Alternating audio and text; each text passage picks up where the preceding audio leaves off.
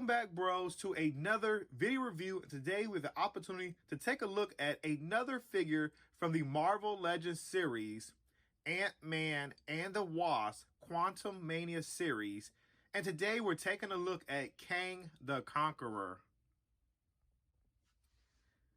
As for the contents for this figure, we get Kang the Conqueror himself, and he comes with 2 additional hands, and then he comes with 2 Build-A-Figure pieces to form the Cassie Lane, I guess, giant girl?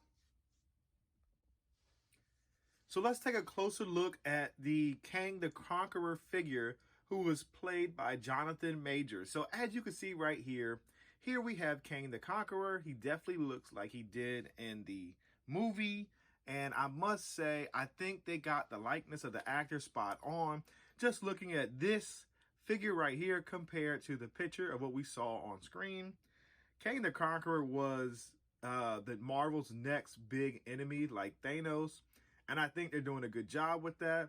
But I'm not sure if they're going to continue that right now. But just looking at this figure looks spot on. He has that purple helmet. He's got the blue face.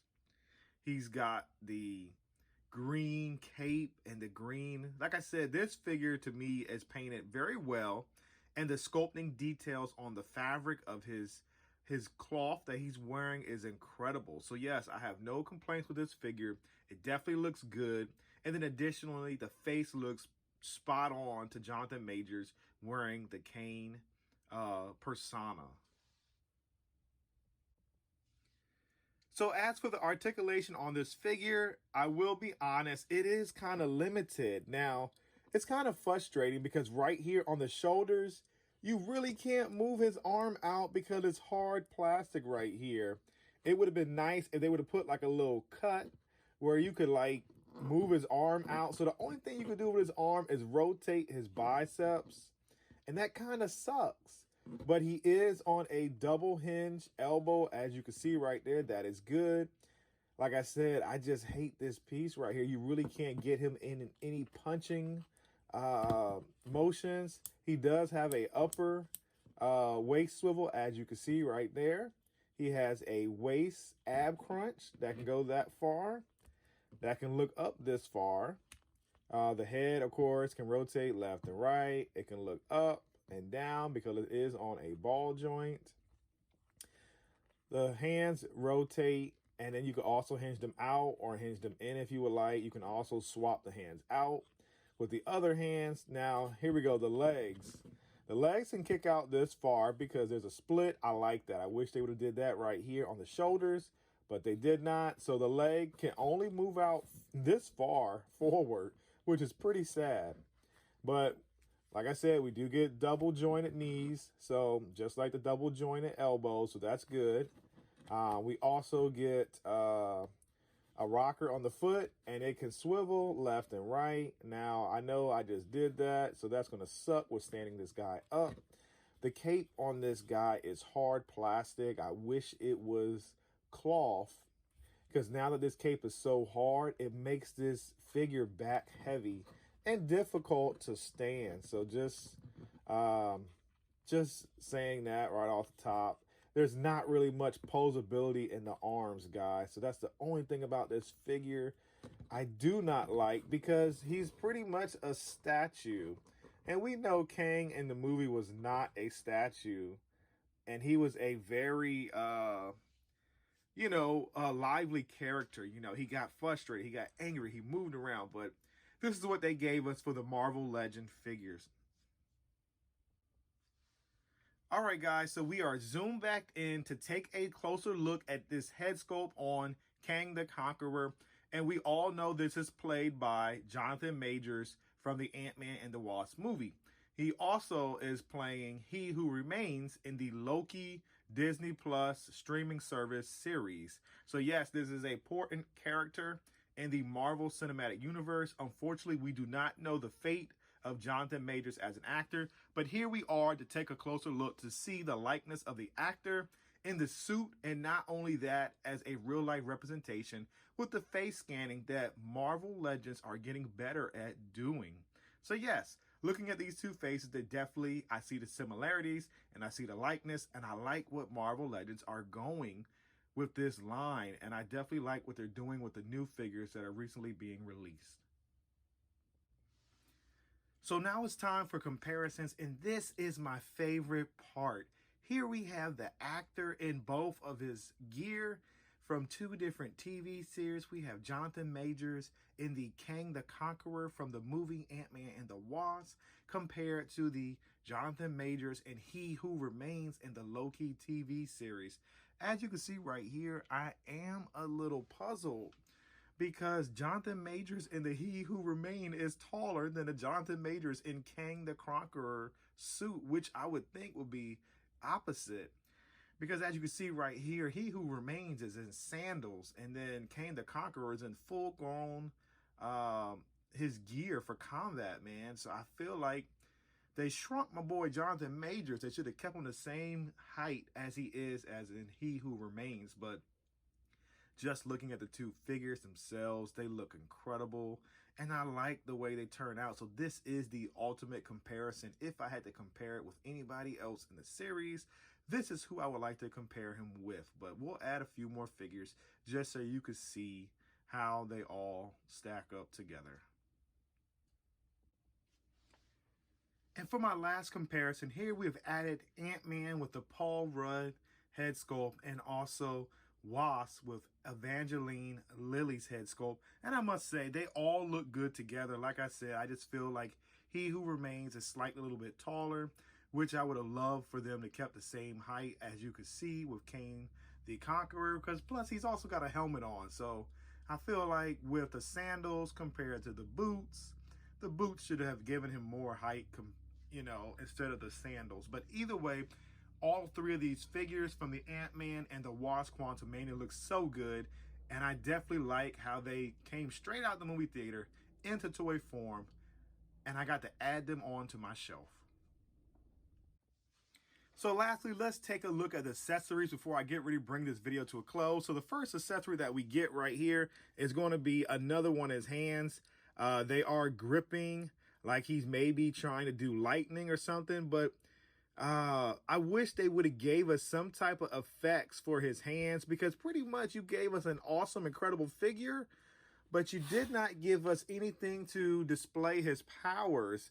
And then here's the fist that came automatically included with him because it was pegged on.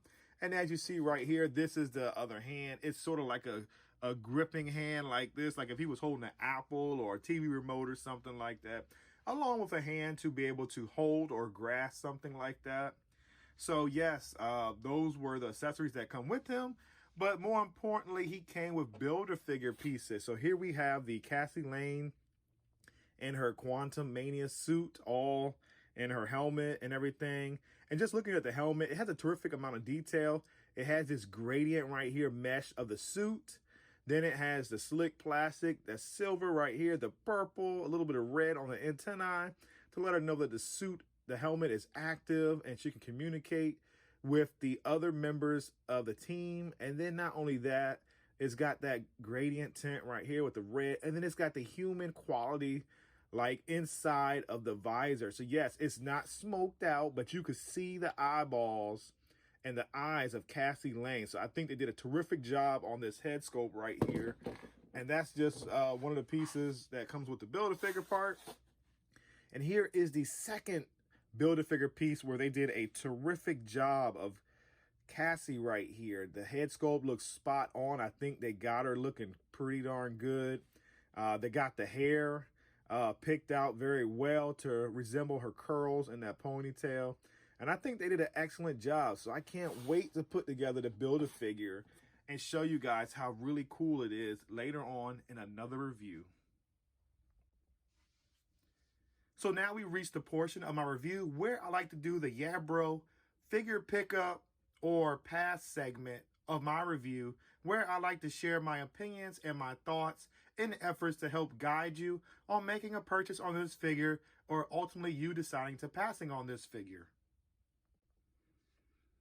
So guys, I'm going to come up and say, in my opinion, this is definitely a pickup.